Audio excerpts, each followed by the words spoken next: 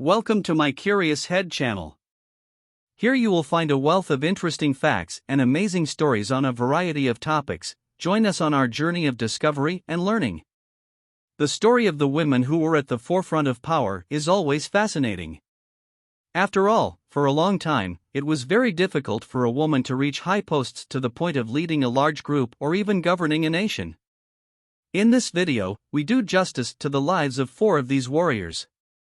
1. Caterina Sforza. Italian Caterina Sforza was one of the bravest women of the 15th century. Living in the Renaissance era, she lived with masters like Sandro Botticelli and Leonardo da Vinci, learning about medicine and botany. But over time, she ended up getting involved in the power struggle. Caterina was married at age 14 to Girolamo Riario, who was the nephew of Pope Sixtus IV. With that, she became Countess of Forli in 1477. It turns out that when the Pope died in 1484, Caterina decided to put pressure on the clergy to choose a new pope from among her family members. So she rode pregnant to Rome to try to take over the fortress of Castel Sant'Angelo. When the church's cardinals tried to block her path, she aimed her cannon directly at them. Later, she and her husband moved to Forli, where they remained in hiding. There, they suffered an attack on her castle and her husband, Girolamo, was murdered, and their children were captured. But Caterina would have run away and left her children behind with no remorse. She even mocked haters by showing off her genitals and saying that she could always have more kids. 2. Pharaoh Hatshepsut. Hatshepsut was one of the rare Egyptian women who managed to become pharaohs. Her history and power began when she married Pharaoh Thutmose II. However, when he died, power was to be directed to her stepson, Thutmose III, who was then a minor. With that, Hatshepsut managed to declare herself pharaoh. Historians believe that the move was a move to prevent other members of her family from threatening to seize power.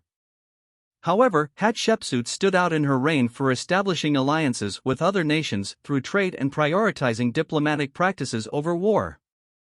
3. Livia Drusilla. Livia Drusilla was the first empress of Rome, as she was married to Emperor Augustus, to whom she gave a lot of advice.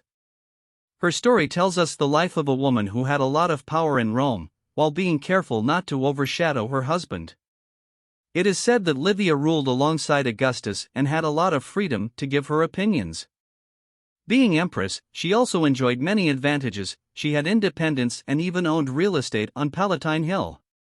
She also ensured that Tiberius, her son from a previous marriage, was given priority and assumed power, rather than Augustus' grandsons. But the empress was also haunted by rumors of her supposed evil. Livia Drusilla was accused of killing Augustus' grandchildren to open the way to rule for her son. 4. Cleopatra. Cleopatra VII Philopator was the last Egyptian ruler before the Roman occupation in 30 BC. In fact, she was co-regent of the country, but ended up dominating the government of Egypt because of her skills. She could speak several languages and maintain diplomatic relations with other peoples, in addition to being a great military leader. During her regency, Cleopatra built alliances with Roman leaders such as Julius Caesar and Mark Antony. With the latter, she had children, as well as organizing Roman military battles in exchange for the return of Egyptian territories. Not by chance, she is still remembered today as one of the great women in history. Thanks for watching. Subscribe now and leave your comment. Until the next video.